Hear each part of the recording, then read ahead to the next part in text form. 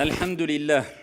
Mes honorables frères et sœurs, bon gré mal gré, nous sommes toutes et tous, petits comme plus âgés, hommes comme femmes, à fréquenter une fréquentation qui peut être une bonne fréquentation, mais qui peut être aussi un poison. Cette fréquentation est avec nous, de jour comme de nuit, petits comme grands, tout le monde en général à notre époque au XXIe siècle, fréquentons cette fréquentation. Je ne parle pas d'une personne, mais je parle de nos smartphones. Alors, nos smartphones aujourd'hui sont un outil qu'on peut utiliser à bon escient, il y a du bien, mais ça peut être aussi un ennemi de l'intérieur qui détruit de manière subtile, de manière vicieuse, étape par étape, graduellement, l'intellect, le cerveau, la foi, la bonne conscience, la bonne moralité de la personne qui fréquente cette fréquentation, à savoir le smartphone. Ça peut être dans certains cas un ennemi de l'intérieur. Et c'est pour cela qu'il est important de prendre conscience de cela. C'est une sorte, si on donne une autre image, de virus, ou pour être plus précis, dans certains cas, ça peut être une sorte de virus.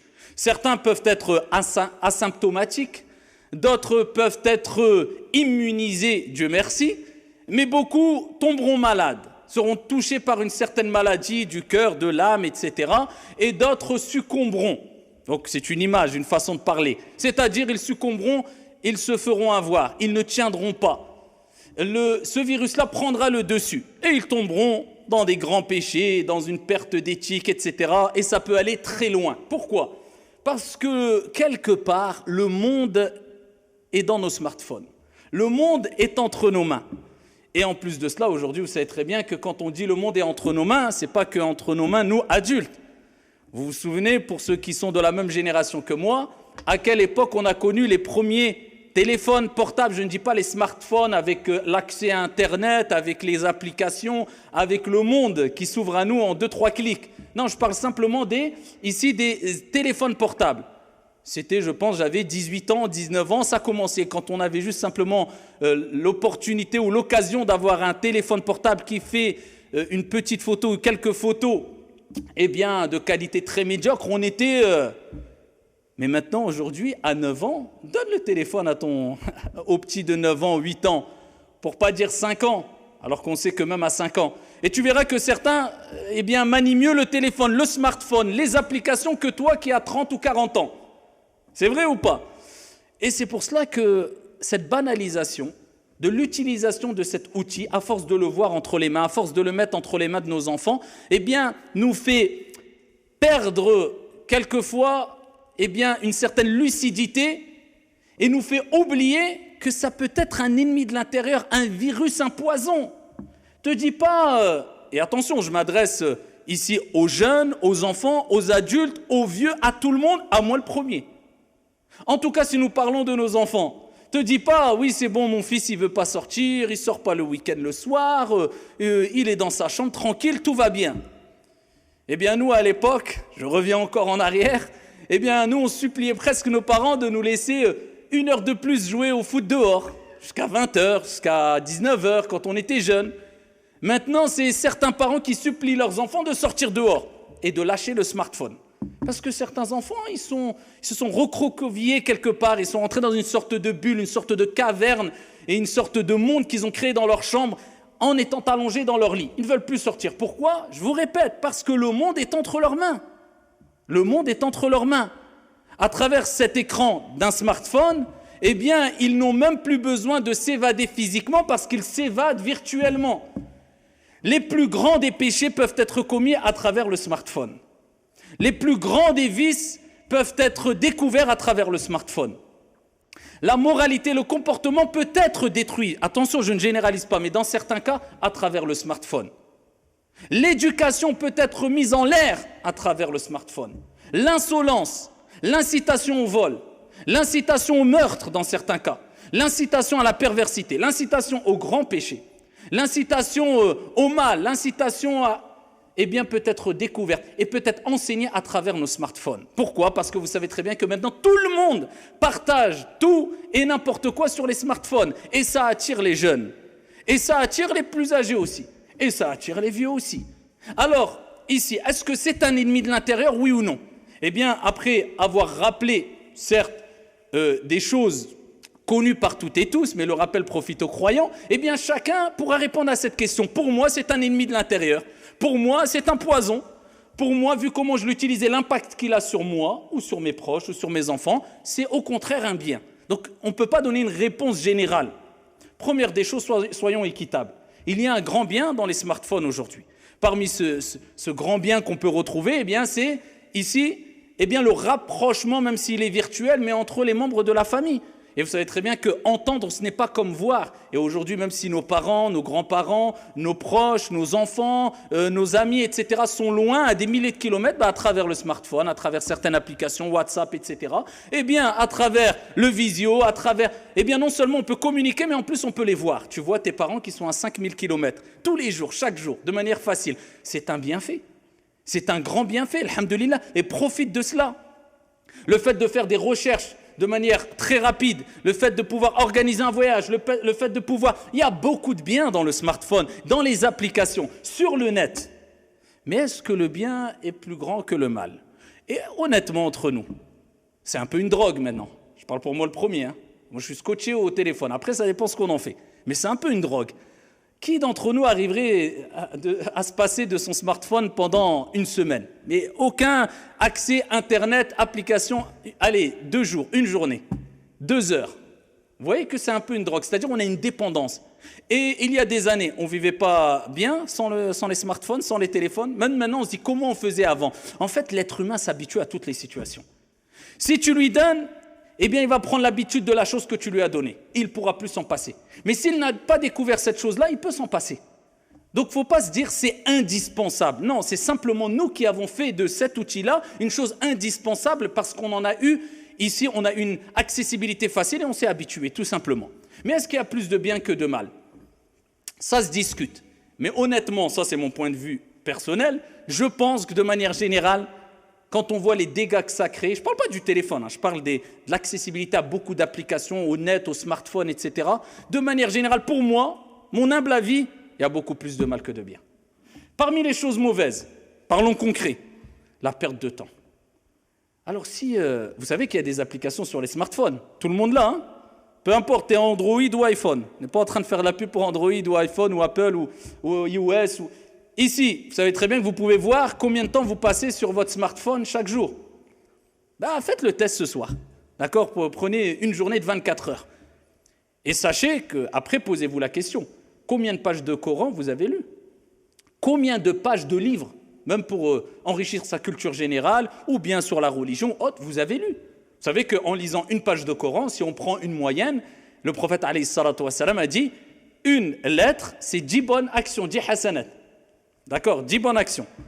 Si on multiplie par, il y a à peu près, grosso modo, 40 lettres à 50 lettres par ayah, par ligne, on va dire, non, pas par ayah, par ligne.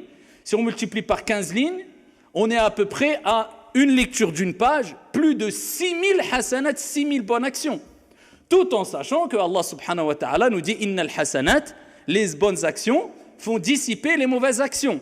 Donc tu as plus de 6000 péchés, 6000 mauvaises actions d'effacer.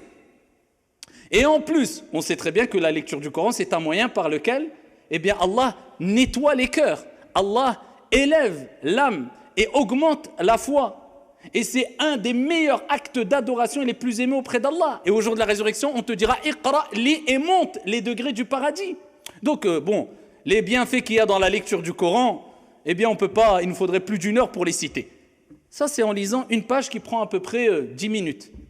Regarde, compare tout ce bienfait que tu as laissé passer avec combien de temps tu es resté sur ton smartphone, et particulièrement les jeunes. Scotché au smartphone, et j'en passe. Je ne parle pas que d'1 ou 2 applications, mais maintenant, ça y est, c'est la concurrence des applications, où tout va vite. Entre Snapchat, TikTok, Instagram et compagnie, la problématique est où? C'est un bouffe-temps. Et c'est quelquefois un bouffe-cerveau. Pourquoi? Parce qu'on a détruit le temps à travers certaines applications. Enfin, ça a été voulu aussi TikTok qui renvoie vers le son tic-tac. C'est les fondateurs qui le disent, pour rappeler l'importance de Ah, tic-tac, le bruit de quoi? De l'aiguille d'une montre. La moindre minute, il faut l'exploiter. La moindre seconde, il faut l'exploiter. Mais l'exploiter dans quoi? À regarder tout et n'importe quoi et ça s'enchaîne. Et vous avez vu les applications aujourd'hui, pourquoi ça fait perdre le temps et tuer le temps? Parce que ça va vite. Et tu ne te lasses pas, parce que c'est des choses nouvelles. Mais le problème, c'est que non seulement ça te fait perdre du temps, mais ça te fait perdre, et ça c'est, je pense, encore plus grave que la perte de temps. Ça te fait perdre ta concentration. Comment veux-tu, billahi alayk, te concentrer pour lire une page de Coran où il faut aller doucement, où il faut se concentrer pendant 10 minutes, alors que tu as l'habitude de voir 50 vidéos défiler comme ça sur TikTok ou sur Insta ou je ne sais quoi? Ton cerveau, c'est comme un muscle. Soit tu le renforces ou soit tu l'affaiblis. Et à force d'avoir cette paresse intellectuelle à travers certaines applications comme TikTok et autres, et voir défiler des dizaines, voire des centaines de vidéos qui sont différentes les unes des autres, dans un temps très court, eh bien tu affaiblis ce muscle, tu affaiblis ton cerveau, et quand tu veux que ton cerveau se concentre sur la lecture d'une page ou autre, il ne peut pas, il ne tient pas. Et là, on est en train de tuer nos concentrations, et particulièrement la concentration de nos jeunes. Ils n'arriveront plus à lire le Coran, ils n'arriveront plus à lire des livres de manière générale, à se concentrer à l'école, ils n'arriveront plus à écouter un cours ne serait-ce que 30 minutes ou là 40 minutes. C'est pour cela que même pour les rappels religieux, eh bien comme on le dit souvent, nous à une époque c'était des cours, des conférences d'1 heure, des séminaires de 5 heures, 7 heures, et c'était pendant des jours, et c'était... Maintenant, si tu dépasses 3 minutes, le jeune ne regarde pas. Eux, ils aiment maintenant que ce qui va très vite, et surtout pour se donner bonne conscience aussi quelquefois. Ah, mais je suis sur TikTok et autres, mais j'écoute des rappels religieux. Il a vu 30 secondes. D'accord, mais avant et après le rappel religieux, tu as vu combien d'heures de façade et de je ne sais quoi? Ça passe de une voiture à une course, à un vol, à une insulte, à un manque d'éthique, à des images hadith wala haraj. Je passe les détails et ça va vite. Et même, et quelquefois se glisse à une récitation du Coran. On se donne bonne conscience. Et wallahi que ça peut être un poison. Et ça peut être un ennemi de l'intérieur qui détruit notre foi. C'est pour ça qu'il faut prendre conscience que le smartphone aujourd'hui, si on ne lui met pas un cadre, si on ne se contrôle pas, si on n'arrive pas à le dompter, si on n'arrive pas à s'imposer une éthique, si on n'arrive pas à se mettre ici des règles strictes, j'ai pas besoin de cette application, je ne vais pas la télécharger, la laisser et laisser la tentation en face de moi tous les jours. Hop, je la supprime, je n'ai pas besoin de cette application. Alhamdoulilah, ça va changer quoi à ta vie? Ça va changer quoi à ta life, s'il te plaît? Tu crois que ça va changer quoi à ta vie si tu n'as pas TikTok ou Insta ou tu vas quoi? Tu auras perdu quelque chose de... Rendez-vous dans 2 ans avec ceux qui ont eu l'application, pose-toi avec lui, dis-lui qu'est-ce que tu as appris dans la vie? Qu'est-ce que tu as appris comme expérience? Qu'est-ce que tu as appris, même pour les choses de la vie d'ici-bas, même pour le business, allez, pour du commerce et autres? La plupart, ils n'ont rien appris, ni pour la vie d'ici-bas, ni pour le delà. Donc en fait, t'inquiète pas, tu perdras rien. Tu ne seras pas déconnecté. Moi, je connais des personnes qui sont des jeunes, 30 ans, 20 ans, 40 ans. Wallah, par question d'éthique et de principe, eh bien, ils n'ont pas de smartphone. Ils n'ont jamais... Ils disent, je peux en acheter 100 des smartphones, je ne veux pas. Ça va me servir à quoi? J'ai un téléphone, je peux appeler, on peut m'envoyer des messages, je peux envoyer des messages en cas d'urgence ou contacter ma famille. Cela me suffit. Je ne dis pas d'aller jusque-là, mais en tout cas, ne laissez pas les applications et Internet vous éduquer ou éduquer vos enfants. C'est une responsabilité qu'on a toutes et tous. Vous êtes tous responsables et vous serez tous interrogés sur vos responsabilités comme le prophète alayhi salatu wassalam nous a dit. Et le prophète, il nous rappelle que l'homme est responsable de sa famille et la femme est responsable ici de son foyer, etc. Le hadith, le récit prophétique est connu. Donc on a tous une part de responsabilité. Donc ici de dire je donne le smartphone à mon enfant, ou même toi, je prends le smartphone sans aucun cadre, sans contrôler, wallahi tu cours à ta perte quelque part, si tu n'as pas de cadre. Et Allah dit وَلَا تُلْقُوا بِأَيْدِيكُمْ إِلَى تَهْلُكَةِ وَأَحْسِنُوا. Et ne vous jetez pas à la destruction par vos propres mains et soyez bienfaisants, agissez avec excellence. Donc ne provoque pas ici des choses que tu ne pourras pas gérer. Ne rentre pas dans un terrain que tu ne pourras pas contrôler. Alors que tu sais qu'au fond de toi, tu es faible. Et ça va extrêmement vite. Vous savez toutes et tous que ça va extrêmement vite. Et que tu peux regarder un verset coranique ou alors une vidéo d'un rappel religieux Et 2 secondes après ou 10 secondes après, sans avoir eu l'intention de faire cela ou d'aller voir ceci ou cela, tu te retrouves en train de regarder, je ne rentre pas dans les détails. Et le pire maintenant, vous savez c'est quoi? C'est comme je le dis souvent, Wallah, c'est pas de faire le péché. C'est grave de faire des péchés, mais on n'est pas des anges. En tout cas, il faut éviter les grands péchés, ça c'est la moindre des choses. Ah mais on fait tous des péchés, on n'est pas des anges, et Dieu pardonne, alhamdoulilah, et sa miséricorde dépasse ici sa colère. Mais le pire, c'est pas cela.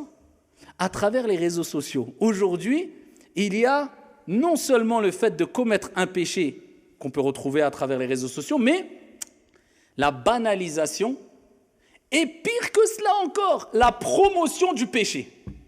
C'est-à-dire qu'à une époque, parce qu'on n'avait pas l'habitude de voir des gens voler, des gens tuer, des gens mentir, des gens, je ne sais pas faire quoi, manquer de morale ou d'éthique, manquer de pudeur ou autre. C'était pas comme ça au grand jour. Tu sortais, tu voyais, Bnadem, Bachar, des gens normaux, comme tout le monde. Quelquefois, tu voyais des choses qui choquent, ou tu étais témoin d'un vol, tu étais témoin d'une insulte, d'une agression. C'était choquant. Mais aujourd'hui, tu en vois combien sur les réseaux sociaux qui tournent? Même quelquefois, si c'est pour condamner. Mais le fait de les voir et les revoir, et voir des mauvais comportements, et voir des choses, et des agressions, et des manques de pudeur, ça devient banal pour toi. Donc ça veut dire que ça ne te fait presque plus rien, et quand tu vas le voir, tu vas dire, alors il n'y a rien de grave. Et c'est ce qu'on retrouve dans le comportement et dans les réactions de beaucoup de jeunes aujourd'hui qui n'ont pas vécu à notre époque, et ce qu'on a vécu. Et pire que cela, maintenant, non seulement c'est pas grave, mais certains en font la promotion, et quelquefois au nom de la religion, comme on l'a déjà cité plusieurs fois. Il a l'image du religieux, bien qu'il n'y a pas de vêtements religieux et autres, mais il y a des conditions, bien sûr. Mais il donne l'image du religieux, 2-3 rappels, et à côté des 2-3 rappels, eh bien, il fait le façade où il a un comportement, mais rien à voir avec l'éthique du croyant ou du religieux. Et quelquefois même, il commet des grands péchés, au grand jour. Et ça, c'est extrêmement grave, alors que le prophète alayhi salatu wassalam nous dit quoi? Kullu ummati mu'afa, toute ma communauté sera pardonnée, sauf al-mujahirin, illa al-mujahirin. Ils ont dit, c'est qui ils sont? Si vous voulez savoir, c'est qui le mujahirin? Ce sont celles et ceux qui commettent des péchés. Dieu a caché leurs péchés. Par exemple, il a commis des péchés le soir. Allah ne l'a pas scandalisé parce que notre Seigneur, c'est As-Sittir. C'est un des noms d'Allah, c'est-à-dire celui qui cache beaucoup les péchés. Si Allah il nous dévoilait, même moi, j'aurais honte de monter sur le minbar, là. Si Allah dévoilait tous mes péchés à vous que j'ai pu commettre, ne serait-ce qu'en 2 semaines, Wallah, j'aurais honte de monter sur le minbar. Et vous auriez honte d'être devant moi. Mais Allah As-Sittir, c'est pas il cache un défaut, il cache beaucoup. Il aime cacher énormément les défauts. Pour que tu reviennes et tu te repentes. Il t'invite au repentir. Je t'ai caché. Et quelquefois, quand tu persistes, eh bien Allah dévoile le péché au grand jour. Ça veut dire que tu as dépassé les limites. Là, ça y est. Là, c'est trop, là. Eh bien, le prophète, il dit, Allah pardonne les péchés, sauf à al-mujahirin, c'est-à-dire ceux qui commettent des péchés. Allah a caché leurs péchés, mais eux, ils les dévoilent, ils s'en vantent, ils en font la promotion. Regardez ce que j'ai fait. Regardez, j'ai cramé une voiture. Regardez, j'ai été avec tel ou tel. Regardez, j'ai forniqué. Regardez, j'ai... Au grand jour. Et ça, c'est pire. Et le problème, c'est que quoi? Tout cela, maintenant, on le banalise. Et regardez, Anas, comme je vous dis souvent, Ibn Malik radiyallahu anhu arda, qui faisait partie des compagnons, qu'est-ce qu'il a dit? Il dit, vous commettez des péchés à votre époque qui, nous, à l'époque du prophète, quelques années avant, parce que le prophète était mort, on les considérait comme al-mubiqat, c'est-à-dire al-muhlikat, celles qui détruisent les grands, les graves péchés. Mais ça, c'est il y a 14 siècles. Si maintenant, Anas ibn Malik, eh bien, voit ici ce qu'il y a dans TikTok et compagnie, il va dire quoi? Regardez dans quel... Pour nous, en fait, la norme, c'est devenu ce qu'on voit tous les jours. Mais non, mais la norme, il faut revenir en tant que musulman à nos textes déjà, et en tant que concitoyen, en tant qu'être humain tout simplement, faut revenir à ce qui relève de la bonne éthique, de la bonne moralité. Et vous savez que ce qui est chouma, ce qui est honteux quelquefois, il n'y a pas besoin de texte ou autre, c'est connu par toutes et tous, croyants ou non croyants, musulmans ou non musulmans. Mais maintenant, il n'y a plus de hib. Illa man rahim Allah. Et au-delà de ça, qu'est-ce qu'on trouve encore? Pour ça, je vous dis, chacun va répondre à la question, est-ce que c'est un ennemi de l'intérieur ou pas? Ça dépend, il y a des gens, ils vont dire, moi écoute, j'ai Internet, j'ai un smartphone, j'ai pas d'application, j'ai des applications, mais je contrôle tout à fait. Ça fait 2 ans, ça fait 3 ans, aucun problème. Rien à dire. Alhamdulillah. Moi, je parle de ceux qui sont noyés dans les grands péchés à travers leur smartphone tous les jours. Et oh, combien ils sont. Oh, combien ils sont. Oh, combien ils sont. Et qu'est-ce qu'on retrouve aussi? Eh bien, la banalisation de la médisance. savez que à l'époque, la médisance se faisait surtout avec la langue. Tu médites, tu dis un mensonge, tu touches à l'honneur de ton frère. Vous savez que le prophète, quand il a fait l'Isra wal Mi'raj, l'ascension nocturne, et il était avec l'ange Gabriel, Jibril alayhi salam, et il a croisé des gens qui se griffaient le visage. Eh bien, le prophète a dit, Ya Jibril, oh Gabriel, qui sont ces gens-là qui souffrent? Et il dit quoi, Jibril? Ce sont celles et ceux qui portaient atteinte à l'honneur de leurs frères et sœurs. Et le prophète, il les a vus avec l'ange Gabriel, il se griffait le visage. Il souffrait. Parce que quoi? Il montait sur un tel ou tel. Ça, c'était à l'époque où même... déjà, tous ces textes, ils étaient transmis à l'époque où, même quand une médisance, elle était lancée, ouais, au pire, elle tournait dans l'endroit, un périmètre de 10 kilomètres maximum peut-être, ou quelques centaines de mètres. Maintenant, aujourd'hui, une médisance, une calomnie, c'est le monde qui le voit. Comment tu vas rattraper cela? Et peut-être ton message ou ta vidéo, elle va continuer à tourner après ta mort, et le monde va continuer à voir cela. Et toi, c'est pas grave, il n'y a pas de problème. Alors que Allah subhanahu wa ta'ala dit dans le Coran, يَوْمَ تَشْهَدُ عَلَيْهِمْ أَلْسِنَتُهُمْ وَأَيْدِيهِمْ وَأَرْجُلُهُمْ بِمَا كَانُوا يَعْمَلُونَ. Le jour où quoi? Où leur langue, leurs doigts aussi, et leurs pieds témoignera sur ce qu'ils faisaient. Tes doigts vont parler et vont témoigner. Donc quand tu tapes dans le clavier, fais attention à jouer aux grands politologues, aux grands religieux, aux grands scientifiques, alors que toi, tu n'arrives même pas à te contrôler et à éduquer ton âme pour faire salat al-fajr, et peut-être tu critiques des prêcheurs, ou tu critiques des savants, ou moi j'aurais dit ça, ou la géopolitique, ou pourquoi tel gouverneur il est vendu, ou pourquoi ceci, cela, alors que toi, peut-être si tu as un emploi où tu touches 5 000 € par mois, tu vas oublier toi, ta famille et ta religion. Al-fitna, c'est dur. Quand Allah il éprouve quelqu'un, c'est dur. Occupe-toi de toi. C'est déjà très bien et énorme. Allah dit dans le Coran, Qu anfusakum wa ahlikum nara. Préservez vos personnes et vos familles du feu. Occupe-toi de toi, de ta famille, de ton entourage, et fais ce qui est sûr, ce qui ne t'apportera pas de dégâts collatéraux. Et c'est pour cela que je vous dis que le smartphone peut être un poison et un ennemi de l'intérieur pour les adultes, les vieux, les femmes, les hommes, mais pas aussi pour les enfants, pour tout le monde. Personne n'est à l'abri. Donc faites attention, contrôlez bien vos smartphones. Sachez que c'est une fréquentation, et le prophète alayhi salatu wa sallam a dit Al-mar'u ala dini khalili. Falyanzur ahadukum man yukhali. La personne est sur l'éthique de celui qu'il fréquente. Que chacun d'entre vous regarde bien qui il fréquente. Donc faites très attention, barakallahu fina wa fikum. Et sachez que le prophète alayhi salatu wa sallam nous dit Ni'matan maghbounun fihima kathirun minan nas as-sihhatu wal faragh. Deux bienfaits dont beaucoup de gens négligent, se font avoir: la santé et le temps libre. Tu as du temps libre, profite. Fais de cela une utilisation comme du sel dans un plat, de certaines applications, et tout, de temps en temps, avec un cadre. Mais ne fais pas de cette application ou de ton smartphone le plat principal. C'est ce qu'il faut retenir surtout, parce que les choses vont très vite et les conséquences néfastes qu'il y a à travers les smartphones, eh bien, se font ressentir à travers le comportement de notre jeunesse, comme on le sait toutes et tous, les plaintes des parents parce qu'ils sont à bout, ils n'arrivent plus à rien à contrôler dans l'éducation des enfants, et la liste est très longue, donc faites très attention, barakallahu fina wa fikum, profitez du temps, le temps passe très vite, la mort, elle est proche, construisez votre avenir professionnel, je vous dis, construisez votre avenir professionnel, tout en se préparant pour le delà, et cela, tu ne le feras pas avec des applications ou quoi que ce soit. C'est pour ça qu'il y a des gens, wallah, ils mettent de côté leur smartphone, ils se concentrent dans l'essentiel. Tu reviens le voir 2 ans après, que ce soit dans la religion ou dans la dunya, il a évolué, Allahumma barik, il a une maturité. Quelquefois, il a 16-17 ans, il parle avec toi, on dirait il a 40 ans. Et tu verras des gens noyés dans les futilités, tu parles avec lui, il a 40 ans, wallah, on dirait qu'il a 10 ans et encore je suis gentil. هذا وصلوا وسلموا رحمكم الله على نبي المختار كما أمركم بذلك جل وعلا حينما قال إن الله وملائكته يصلون على النبي يا أيها الذين آمنوا صلوا عليه وسلموا تسليما